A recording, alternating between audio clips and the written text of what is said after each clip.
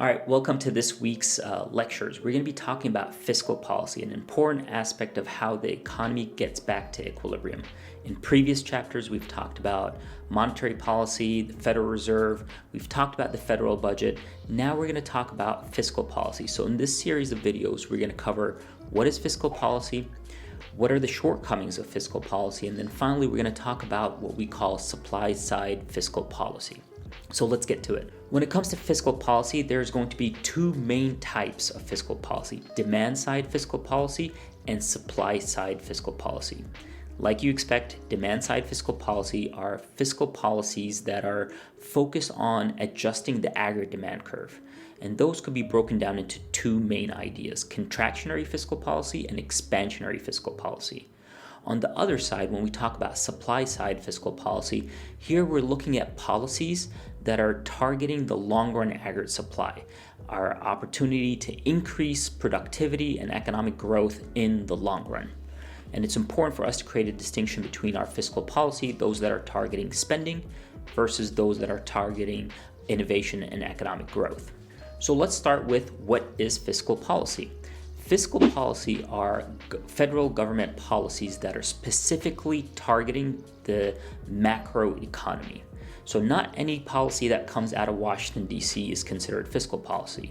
Only fiscal policy that is focused on adjusting the macro economy so we could return back to equilibrium is considered fiscal policy. One issue with fiscal policy is, and we'll see this later on, is it must be legislated.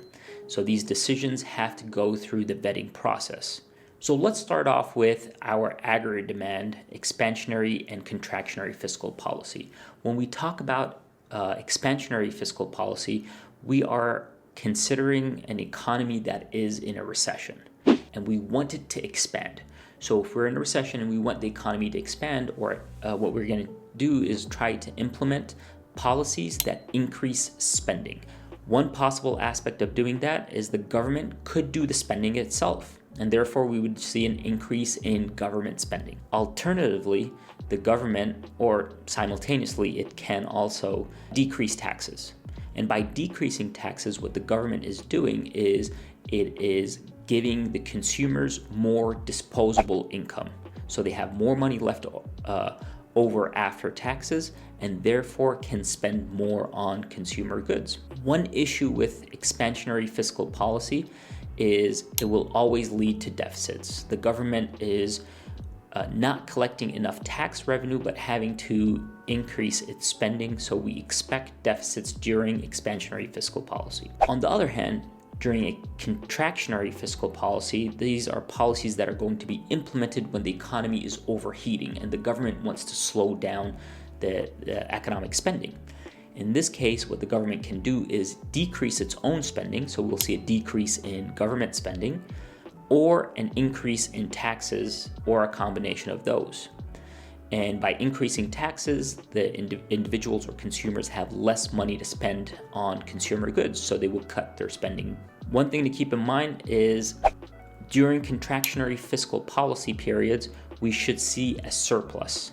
And this is a great opportunity for us to pay off our debt. So to make up for old deficits, which we incurred during expansionary periods, now we would incur a surplus and therefore be able to pay off some of our debt.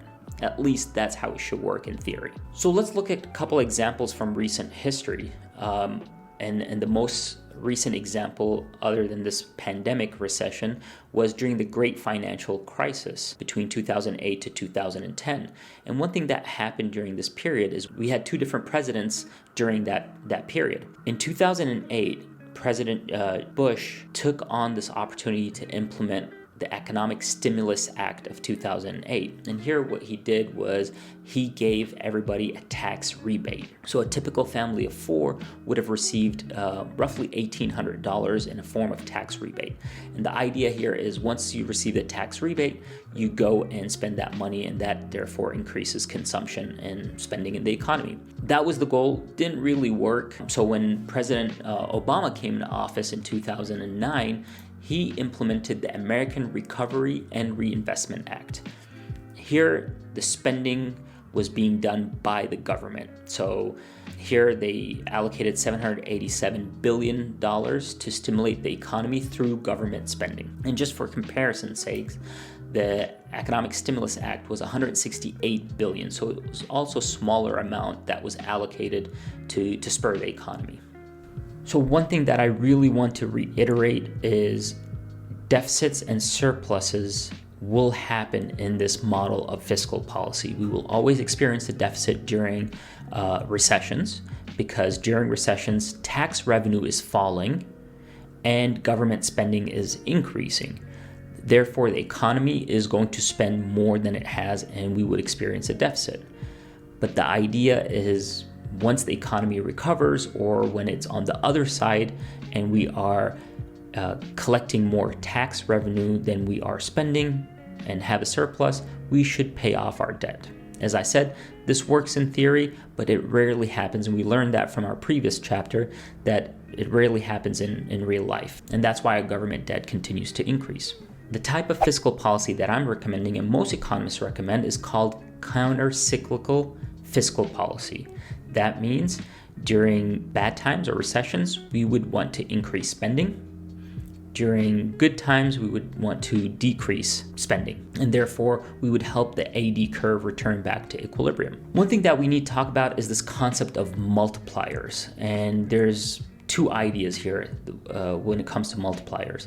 Spending by one person becomes income for another person, and this causes an increase in income and therefore increases consumption. And a stimulus package could actually increase the amount of spending in the economy by multiples, and that's what we mean by the multiplier effect.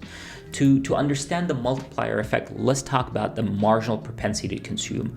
The marginal propensity to consume is this idea that if I give you an extra dollar of income, you're going to consume a portion of it and you're going to save the other portion. And each individual in this economy has a different marginal propensity to consume. For me, I might save 20% of my income. You might save 0 or 100%, but there's a lot of variation, but we are looking at the aggregate marginal propensity to consume for the entire economy.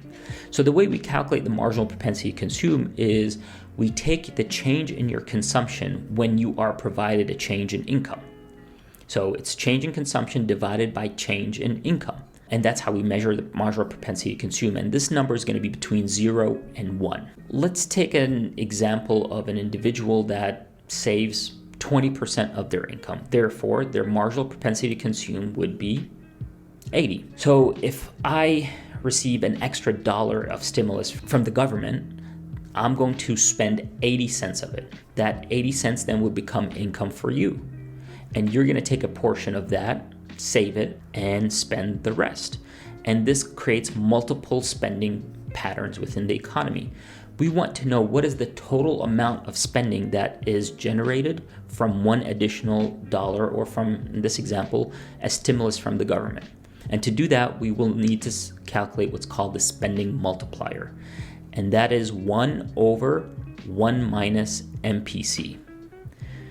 Or another way of writing it is 1 over MPS, the marginal propensity to save. So in this example, if my marginal propensity to consume is 80% or 0.8, then my marginal propensity to save would be 20%. So 1 divided by 0.2 means I will have 5 additional dollars of total spending in the economy for every dollar that the federal government provides in the form of stimulus. This obviously works the other way too. If the federal government reduces its spending by $1, it's going to cause an overall decline in spending of $5. So let's talk about the shortcomings of fiscal policy. They're going to come into 3 types. The first is time lags. Second is this idea of crowding out. And then finally, savings adjustments. What do we mean by time lags? Well, first of all, it takes the federal government a while to recognize that we are in a recession. This is called a recognition lag. So we're looking at GDP measures. Usually we're looking at the quarters behind, and we're trying to figure out what's happening in the overall economy. And once we see the economy dips, then we recognize that, yes, we do have a recession. Then we need to implement this fiscal policy, and implementation requires us to, take it to Congress and get approval before we actually start stimulating the economy or contracting the economy, depending on where we are with respect to our long-run equilibrium. And then once we implement it, there's going to be an impact lag. And this is going to be a function of how fast can we spend the money, or how fast can individuals spend the money. So time lags are going to be an issue for fiscal policy, which is not present with monetary policy. Crowding out is this idea that when private spending falls in response to an increase in government spending. So when the government spends, it is really at times crowding out private spending, and it could do this in multiple ways. The government can be spending on things that the private sector would have spent on anyways, and therefore the private sector no longer needs to spend that money. So we would see a wash. Or more realistically, what ends up happening is when the government increases its spending, it's usually doing it through debt markets. And that's going to increase interest rates in the economy, and it makes it more costly for firms to spend, and we might see a decrease in investment spending. So we need to think about crowding out and how the government is behaving and how it impacts the private sector. Finally, fiscal policy could create what's called a savings shift. And this is the idea that when the government increases its spending or reduces taxes right now, we know as rational beings that later on this is going to have to be made up. So the government later on is going to increase its taxes or reduce its spending. So whatever money we get now, we end up saving rather than spending it in anticipation of what might happen in the future. Fiscal policy is going to be less effective if individuals shift their savings. Let's talk about supply side fiscal policy. Here, the idea is we want to shift the longer and aggregate supply curve, because these are going to be longer and outcome shifts rather than short-term spending shifts. And this has a lot of support by economists. And here what we're trying to do is we're trying to create policies that incentivize innovation and economic growth. So examples of supply-side fiscal policy are research and development tax cuts. So let's give firms tax cuts to innovate or research how to innovate. Education policies are a great example of supply-side fiscal policies. So here we're going to subsidize people so they could pursue more education, and as they pursue more education, they're increasing their human capital, and then we would all benefit from this education that they receive because they might innovate or solve a problem that we're all facing. Another example is lowering the corporate tax rates. And the idea here is by lowering the corporate tax rates, we will increase the amount of business activity that happens in the economy. People will want to relocate to this jurisdiction or this country in this example and set up shop there, and that would create more employment and more opportunities for innovation to happen. And I had a recent example of this when I lived in Dublin. I saw how Ireland was giving tax breaks for companies to set up shop in Dublin. So in my neighborhood that I lived in, right across from me was Facebook, Google, any company really that was in the tech software had some sort of location in Dublin. So had some sort of a presence in Dublin. Another example is to lower the marginal tax rate. And here where the idea is by reducing the tax rate on individuals, they're going to be more likely to produce or work. So in summary, that's what we mean by fiscal policy. It's the idea of supporting the economy during recessions or expansions through federal government, either spending or taxes.